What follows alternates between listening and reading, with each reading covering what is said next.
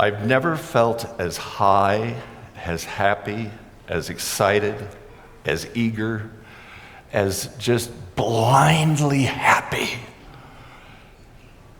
as 2 days ago. Today, it's like the end of the world has come and collapsed around me. I've never been so full of terror. I stood next to the king and pointed him to the altars and said, that decision of your life is happening right here on this hilltop. He laughed, and his laugh sounded like the chortles of Jezebel. And then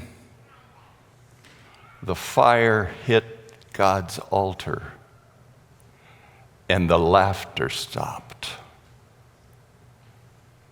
I ran before his chariot all the way back to Jezreel, the rain pounding around us, the mud puddles getting deeper and deeper until it felt like we were going to be wading through a river to get home. He didn't even wave as we went through the city gates. Well, he did, I did not. My servant called to me, and the two of us slipped off to the side to a place he knew that there was an overhang and hopefully there would be a bit of dry. We landed there together, so exhausted neither of us could move. It was not a day when you stop to brush your teeth and get a last drink. No, it was just go to sleep now. Working for God is exhausting. Somewhere in the morning hours, I felt a poke in my ribs. I remember vaguely looking up. There was light in the sky, some at least, and between me and the light was the silhouette of a soldier. The point of his spear was up. The butt of his spear was in my chest. Hey, dumb prophet, you're dead. The queen told me to tell you that before the sun goes down, I get to kill you. But she wants to see you first. So hang out here for a few minutes. We'll be back. And then he was gone. I looked at my servant. His eyes were larger than eyes can get. Wait, I don't want to die. My servant had seen a lot in his life, but nothing quite this intense. I hadn't either. And I started thinking about Jezebel and her soldiers and the spears and all of the prophets that had died. And instead of remembering the fire coming down, I remembered the spear coming down. And I looked at my servant and I said, we've got to go. And we grabbed the few things we had and we began to run south. Well, I don't know why we chose south. We could have chosen north. It probably would have been smarter. We could have gone up to the cedars of Lebanon and hid behind a tree. Not a chance. It was south, south, south. Beersheba, go. We ran all that day and all that night. And somewhere in the middle of the night, my servant shouted, I can go no farther. He collapsed by the trail, and I'm sure he found a place to stay. I did not see him again. I was running. And I'm not a runner. I've never run. But I ran that day. Finally, I could go no farther.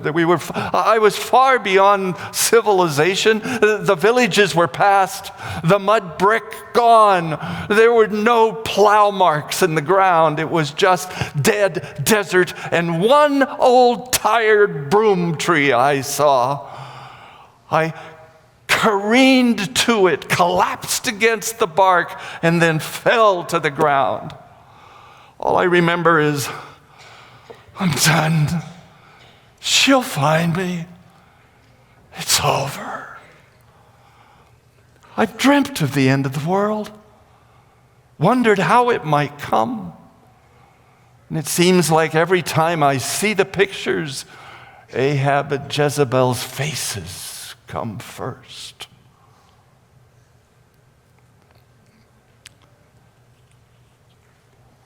There was a touch that I felt.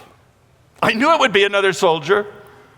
I opened my eyes and I jumped back to see what it might be. And there was a beautiful being, man, woman, I know not. There were no wings. There was nothing special except a smile of total, absolute acceptance. Elijah, got some food for you. Got a long journey ahead of us. You need to eat. I looked over, and there beside a beautifully built, perfectly built Pathfinder fire was a bowl of gruel that was warm and bubbly. And beside, oh my lands, I ate and ate and ate and ate as if I had never eaten before, or at least not recent. When I had finished eating and drinking, the being looked at me and said, "Sleep on." And I collapsed again.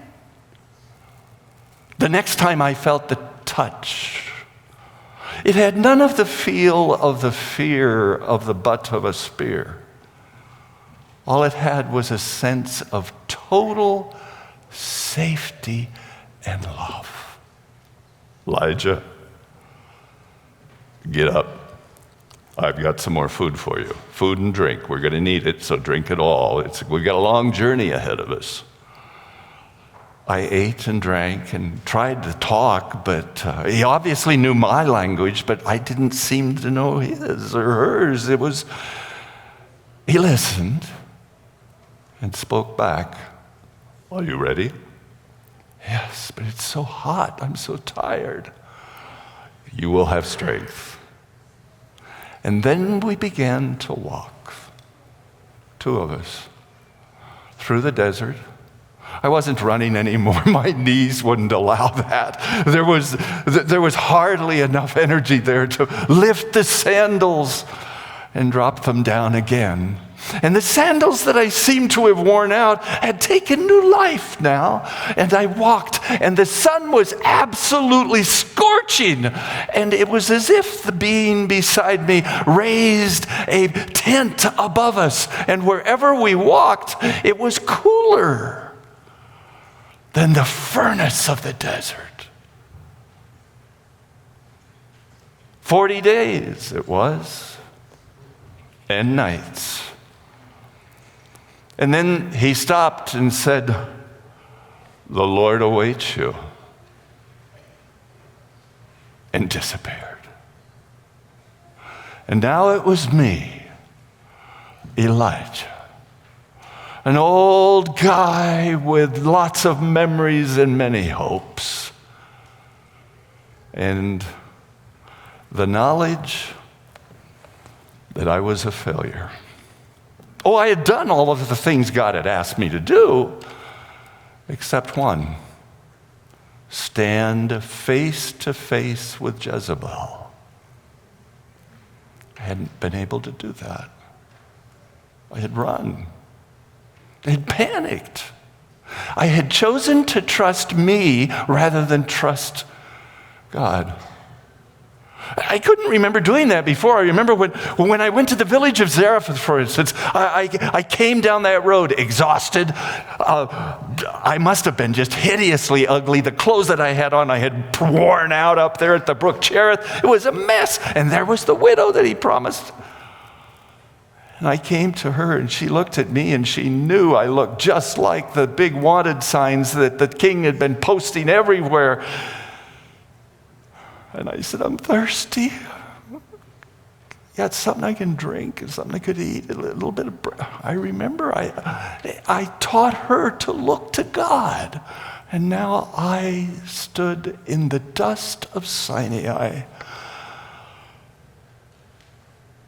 God's mountain, and all I wanted to do was hide. I found a cave. It wasn't much.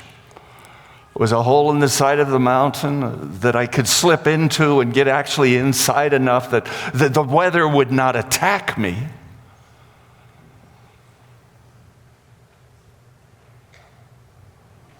And then I heard a voice. Elijah, what are you doing here?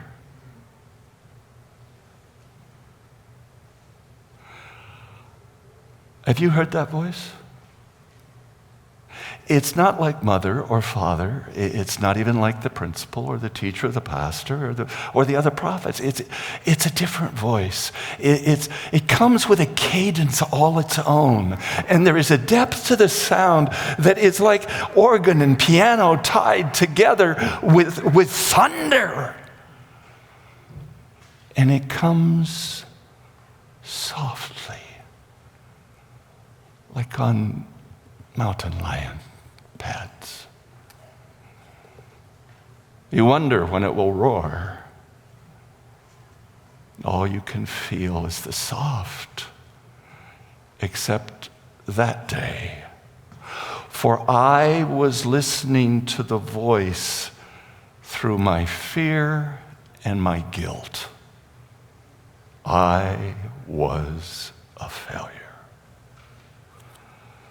Elijah, yes, Lord. What are you doing here? Well, Lord, you see, we were up at Mount Carmel, and the people up there. Have you met Jezebel, Lord? She's just, and I did my very best. And Elijah, yes. What are you doing here? You may have heard someone tell you about the story.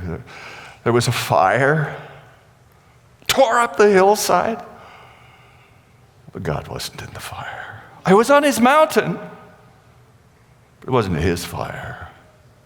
And the ground started to shake. Can you imagine a more terrifying place to be anywhere in the entire universe than in a cave on a mountainside in an earthquake? I ran to the opening of the cave and realized that was foolish too, because stones were falling every direction. And then it stopped. And then it came again. Elijah, what are you doing here? I'm sorry, Master. I'm running away from you. And then the fire came. I went as far back into that cave as I could get and felt the furnace on my skin. And then all was quiet, except for the sound of a gentle whisper. Elijah. Yes, Lord. I have some work for you to do. Me? I still work for you? Elijah, I need you. I have lots of work for you to do. By the way, I've got 7,000 others who have committed themselves to me, not to Baal or to Jezebel. No. But I've got 3 things I need you to do. You may want to take notes. So I did. I want you to go and anoint Hazael to be the new king of Syria. They need a change. I want you to go to Israel, to the palace, and I want you to anoint Jehu, the new king of the 10 tribes. They need a change, a fast change. And then on the way to do all of that, you're going to find a young man plowing in a field. His name's Elisha. I want you to anoint him as the new prophet. And then I want you to teach him how to be my voice. Let's go. I walked from the cave to the bottom of the hill. The bean was not there. I was on my own this time in the desert, and I walked. It took a lot longer than 40 days and 40 nights before I finally came over a hill in Abel Meholah, and there in a field, I saw my man plowing oxen, wealthy farmer. I walked over to the fence and I said, Elisha! He let the plow down and came over and said, can I help you, sir? And I said, I want to give you my cape, young man.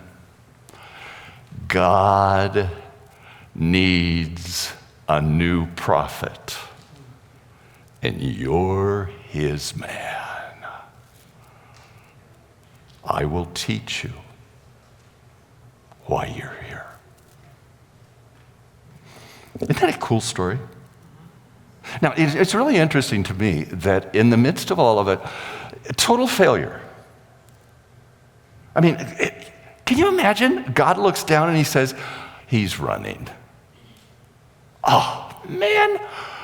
This was how I wanted to take care of Jezebel. I didn't want her to fall out of the window down to the dogs. My lands, but look at him go.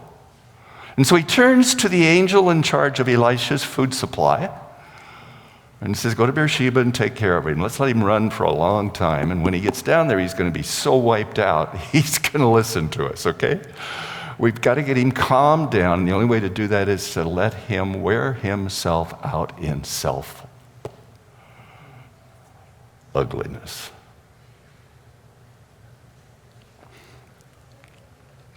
I love the picture. And if I were a photographer, I would take or videographer, I don't do that well. I would take a video of the 40 days from Beersheba to Sinai. You know, it's a wild place. Hot. There's no trees, broom tree here, terebinth there, nothing big. All the old Egyptian chaparral have burned in the heat. They do self-immolate, by the way, but they don't start a fire and then keep burning. Moses learned that. It's not a nice place. Nobody homesteads in the Sinai.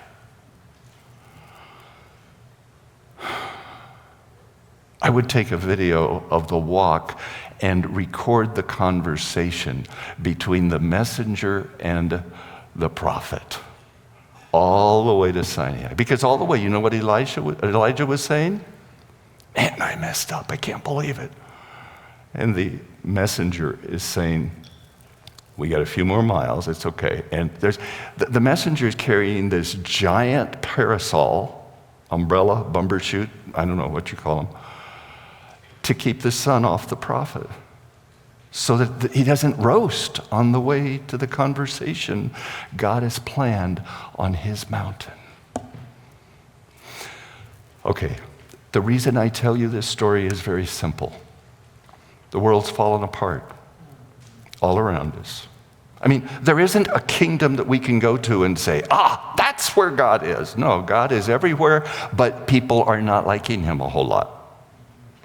We've got a lot of specialized little personal gods who are doing their very best to be in charge of our world and our lives and our pocketbooks and everything else. And God says, I need you. Some of us run to try and get as far away as possible from whatever it is that's going to happen. And God whispers in our ears, what are you doing here? I wish the Hebrew had the accent on the words. I want to know how he said it. Elijah. I would have started that way. Elijah. You know, God's big booming. God was a bass, is a bass, you know. Elijah. I mean, it's just not Elijah. This doesn't work. Elijah. What are you doing here? You see where the accents are? Now, how else could you say that? Elijah. What are you doing here? I mean, it is so, I wish that was there. It's not. The Bible doesn't have those kinds of inclusions. All we know is that it absolutely terrified the sandals off the prophet. But it was always the sound of a gentle whisper. God does not blow us away.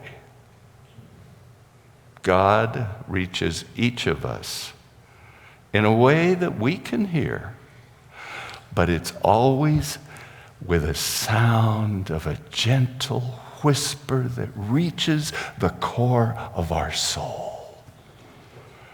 And he always does three things, just like Elijah. He lets you know he likes you. That's what happened up there on the hill. Elijah's going, and I was really working hard at it. Now, Elijah, just calm down. It's okay, I love you. I'm here. But I want to know what you're doing here. I want to know what you're doing here. You see whether you put the accents and it changes the whole conversation. And that's why God said it several times, because I think the accent was different places each of the different times. And each time Elijah's saying, I'm so dumb. And God is saying, you're my boy. Next time you feel really discouraged and you want to look at God and say, chuck it, I can't handle it. Listen for the gentle whisper. Because it's speaking. God is eager to say to you and me today, hi, I got a job for you. Look at the 3 jobs he gave Elijah up on the mountain. His runaway prophet. I mean, would you hire this guy? No, most of us, if we were in charge of personnel for divine solutions in Israel, Elijah's out of here. Let's go find somebody else. But no, there was something about Elijah. Elijah and God knew how to talk to each other. It was so much fun that at the end, God said, you got to come up here, man, and then I'll tell you what you're doing here. Come on home. That's the kind of person he was. But up there on the mountain, he was talking to you and to me just the same. He says, I've got work for you to do. First thing I want you to do is impact the entire world. Anoint Hazael to be the new king of Syria. That was like saying the biggest kingdom Elijah had ever heard of was to go, Hazael? That was like going to see the Pharaoh, but worse. Oh, and by the way, I want you to go to Israel and I want you to anoint Jehu to take over the kingdom there. And that's like saying, in your own country, I got a job for you to do too. And oh, by the way, Elijah, before you get doing all this, I want you to go to Abel Mahola. When you come over the hill, you're going to see a young bald guy down there with the oxen, and he's going to be plowing his field. And I want you to give him your jacket and say, you are the new prophet, and anoint him right out there with his parents, have a party, and then take him and teach him how to be my man. Because I got a new job for you. You see, we cannot get so far away from God that he can't use us anymore. He's reaching into your heart and my heart with impossible jobs that will change the world, will change your community, and will change you and your purpose. Remember, when he anointed Elisha, he didn't say, got it done, Lord, I'm out of here, poof, and be gone. No, God said, yeah, you're going to anoint Elisha, person, but you're going to stay with him and teach him everything you know about why not to run.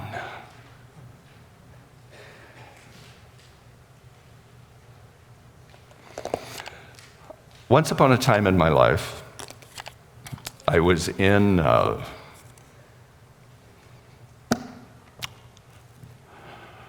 Zambia. I'm suddenly broken. It's either Zambia. Oh, it was Zambia. And we were working with Maranatha Volunteers International. We were building a church out in the middle of nowhere. At least to me, it was nowhere. But there were people living all around. We started working, people were just coming from everywhere. And one of the people who were really excited that the church was coming, had put up a tent. It was just kind of a covering. This is nothing fancy at all. But it did have a big water container and a bunch of paper cups. That was the best thing anybody could have done for all of us. And so we were always snipping in and out. Real water, cold, man, it was hot. There was a guy sitting next to the cups. I think you've got a picture of him there? Yeah, Life Mutaka. So I sat down next to him. Anything I could do to stay cool was a really good idea. So I said, hi, my name's Dick. And he said, my name's Life. Really? And he said, yeah, and we laughed. And so I asked the obvious question, why are you named Life? And he said, well, Dick, it's really odd. I was born twice. I said, tell me about it.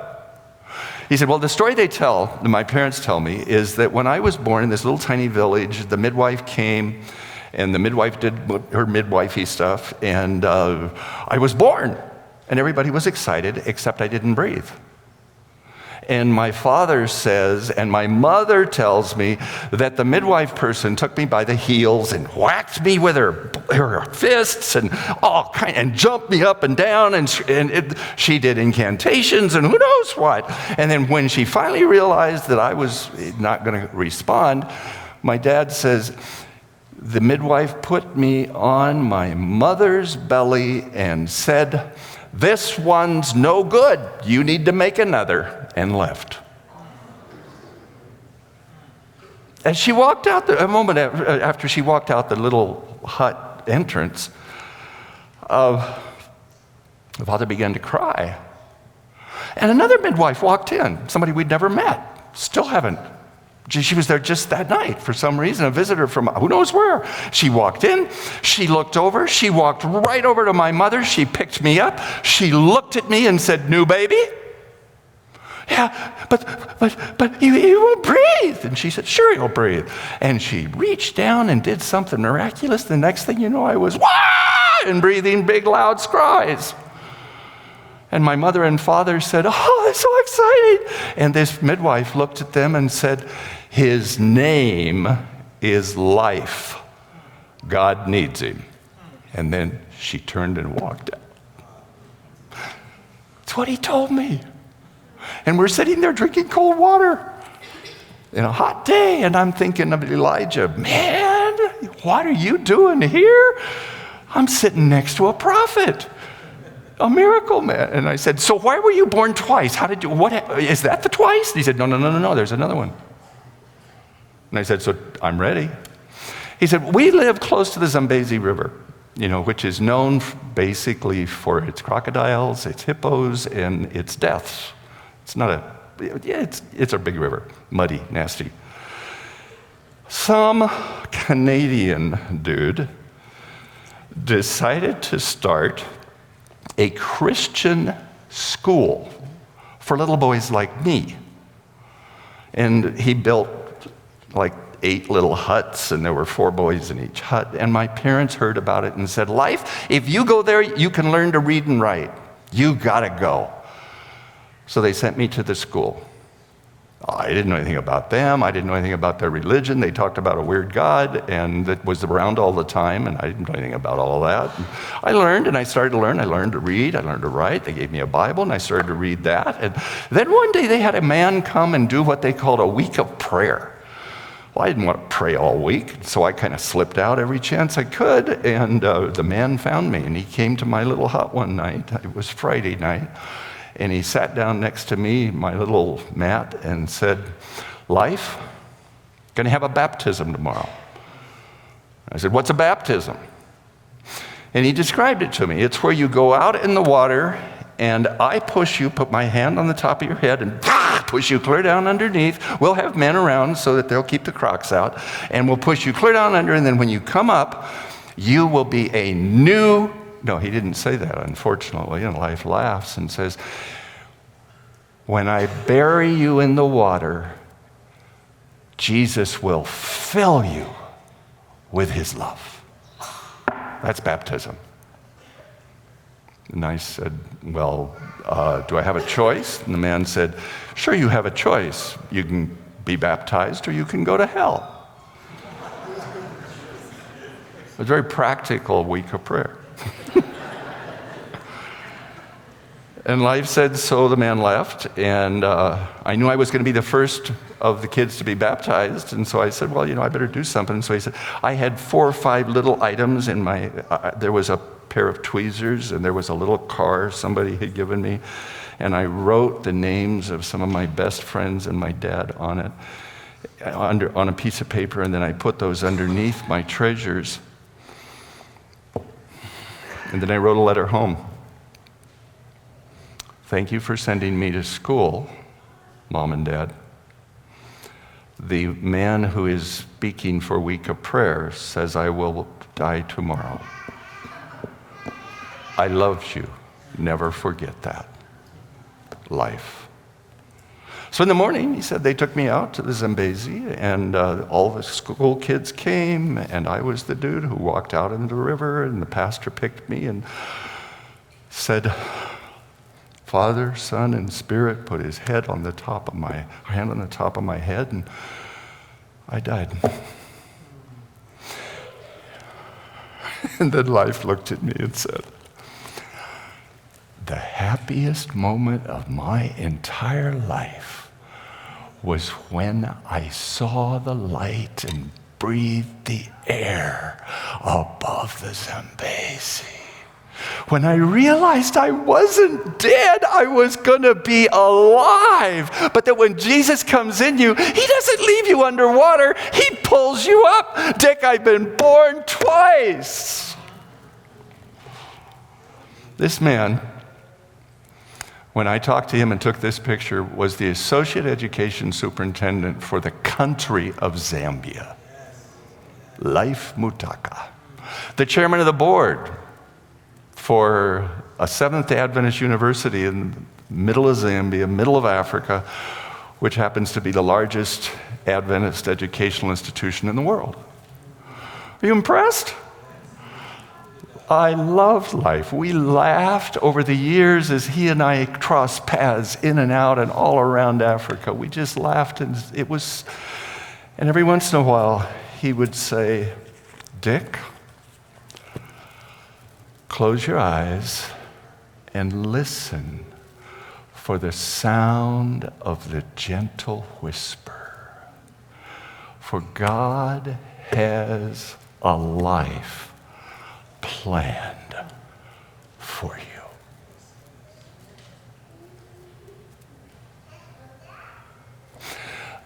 It's 2.5 minutes long. Will you let me do that? I'm too long, I'm sorry. Let's play that video if it'll go. Let's see if we've got good sound. Hit it. Sound?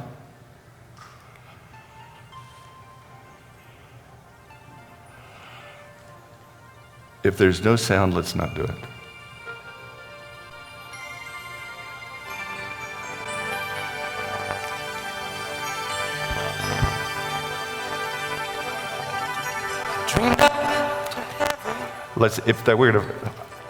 I don't want to fight with that, okay?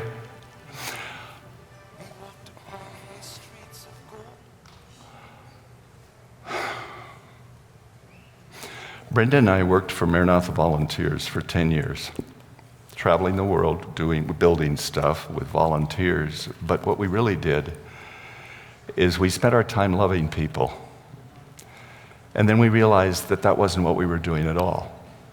We spent our time being loved by people all over the world. People, and we've traveled more than that. Our daughter is a New Zealander and living over there for the last 26 years. It's been fun. The world is small, even though it seems 5 airline flights away. But the one thing I've learned is that when God whispers, the world hears. No, not everybody, but God's voice reaches through the chaos of whatever's going on into the hearts of the willing. And some of them are running away. Some of them are waving hello at outside their new church. Some of them know nothing about Jesus and are just wondering about you. But when God's gentle whisper speaks to their heart, it speaks a language they understand, and the love you and they share is eternal.